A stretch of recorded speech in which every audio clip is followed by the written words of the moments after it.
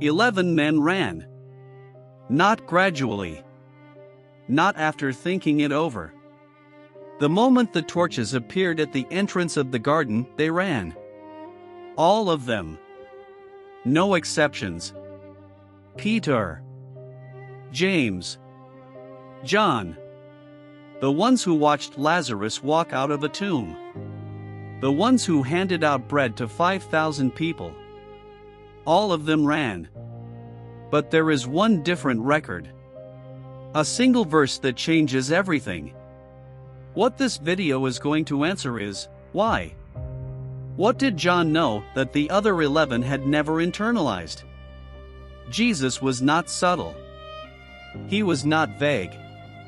He said it explicitly, repeatedly, in 3 different Gospels. Watch out and beware of the leaven of the Pharisees and Sadducees. Matthew 16 verse 6. And the moment Jesus says this, the disciples are in a boat with him. 1 loaf of bread for all of them.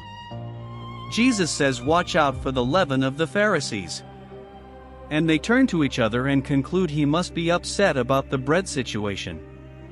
Jesus had multiplied 5 loaves to feed 5,000 people, with 12 baskets left over.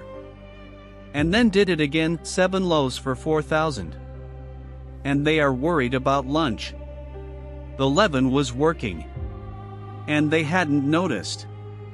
Because leaven never feels like leaven from the inside. From the inside it feels like ambition. It feels like caring about the mission. It feels legitimate. John was in the same room.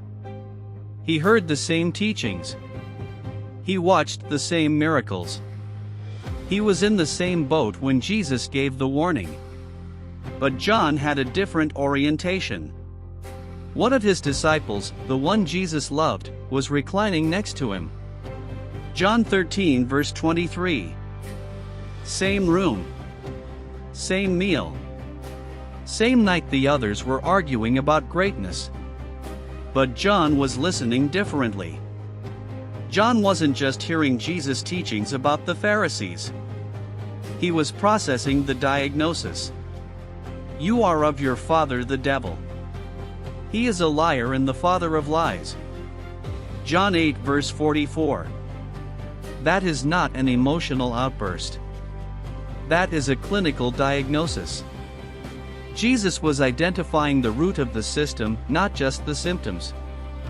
And John was the only one who recorded that exchange with that depth.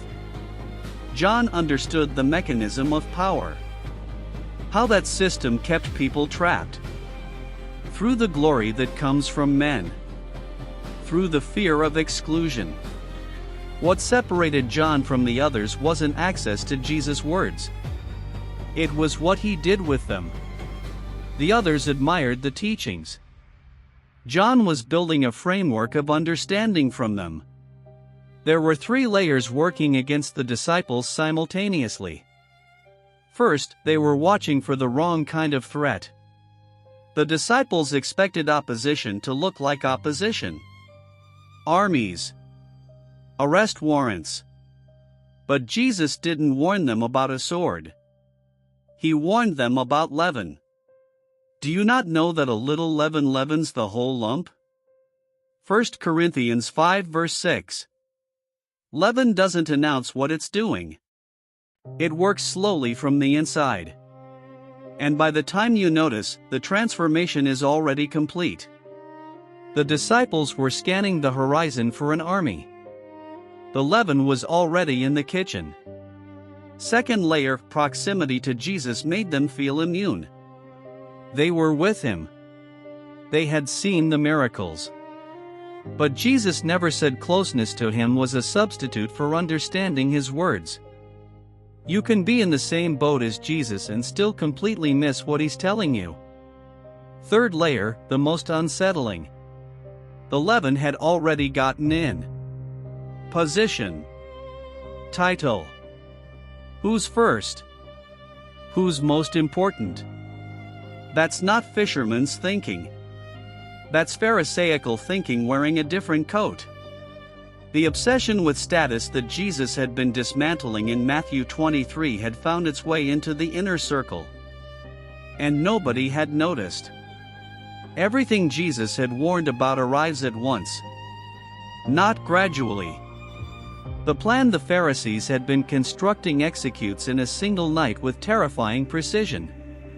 Judas came to the garden guiding a detachment of soldiers and officials from the chief priests and the Pharisees. They were carrying torches, lanterns, and weapons. John 18 verse 3. And leading them, someone who had been sitting at the Last Supper table hours earlier. The corruption Jesus diagnosed. The hypocrisy he named. The leaven he warned about in the boat. It all arrives at the garden at once. Organized. Armed. Coming for him. Then all the disciples deserted him and fled. Matthew 26 verse 56. They didn't fall to the Pharisees militarily. They fell psychologically. They had no framework for what was happening. Not because Jesus hadn't given them one, but because they had never fully believed they would need it. And then came the servant girl. One simple question. 3 denials. The man who made the boldest declaration of loyalty could not survive a single servant girl asking if he knew Jesus. There is one disciple who doesn't run. One who makes his way to the place where the thing Jesus warned about is fully executing. John was there. At the cross. Close enough for Jesus to speak to him in his final moments. When Jesus saw his mother there, and the disciple whom he loved standing nearby. John 19 verse 26. The difference between John and the others was not courage under pressure. You don't manufacture that kind of steadiness in a crisis moment. It was built before the crisis. The difference was comprehension. John already knew what he was looking at. Acts 5. The same disciples who couldn't hold their ground when a servant girl recognized Peter's face are now standing in front of the full Sanhedrin. The same council that orchestrated the crucifixion of Jesus. We must obey God rather than human beings.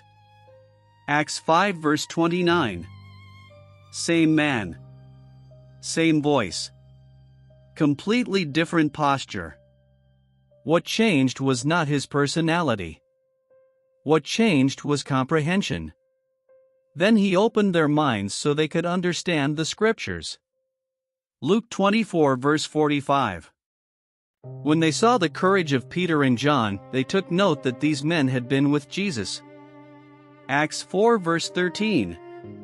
The council that scattered them in a garden is now recognizing the presence of Jesus in the very men they thought they had broken. The Pharisees are gone. The Sanhedrin dissolved. The temple fell in 70 AD, exactly as Jesus predicted. Not one stone left on another. That particular expression of religious power was finished. But the leaven isn't gone. Having a form of godliness but denying its power. 2 Timothy 3 verse 5. Same leaven. Different century. Different faces. The corruption that enters when external religious performance replaces internal transformation. When titles replace character. When the outside of the cup becomes the priority while the inside fills with something else entirely. Watch out that no one deceives you. Matthew 24 verse 4. Not armies. Not persecution. Deception. That's what he leads with. Because that's what he's always considered the primary danger. Not the obvious threat, the subtle one. Not the sword. The leaven. 11 men ran because they heard without understanding. John stayed because he understood what he was seeing. The difference wasn't built in the garden. It was built over 3 years of paying close attention to what Jesus was actually saying. Not just admiring the words, but building a framework of understanding from them. The question this leaves us with is not whether you would have stayed in the garden. The question is, what posture do you bring to Jesus' warnings right now? Are you in John's position, processing, internalizing, building comprehension? Or are you in the position of the other 11, hearing, agreeing, and going back to thinking about bread? The warning hasn't changed. The mechanism hasn't changed. And the cost of not believing it hasn't changed either. You don't have to wait for the garden. You don't have to wait for the rooster. The warning is already on record. The only question left is whether you're going to believe it.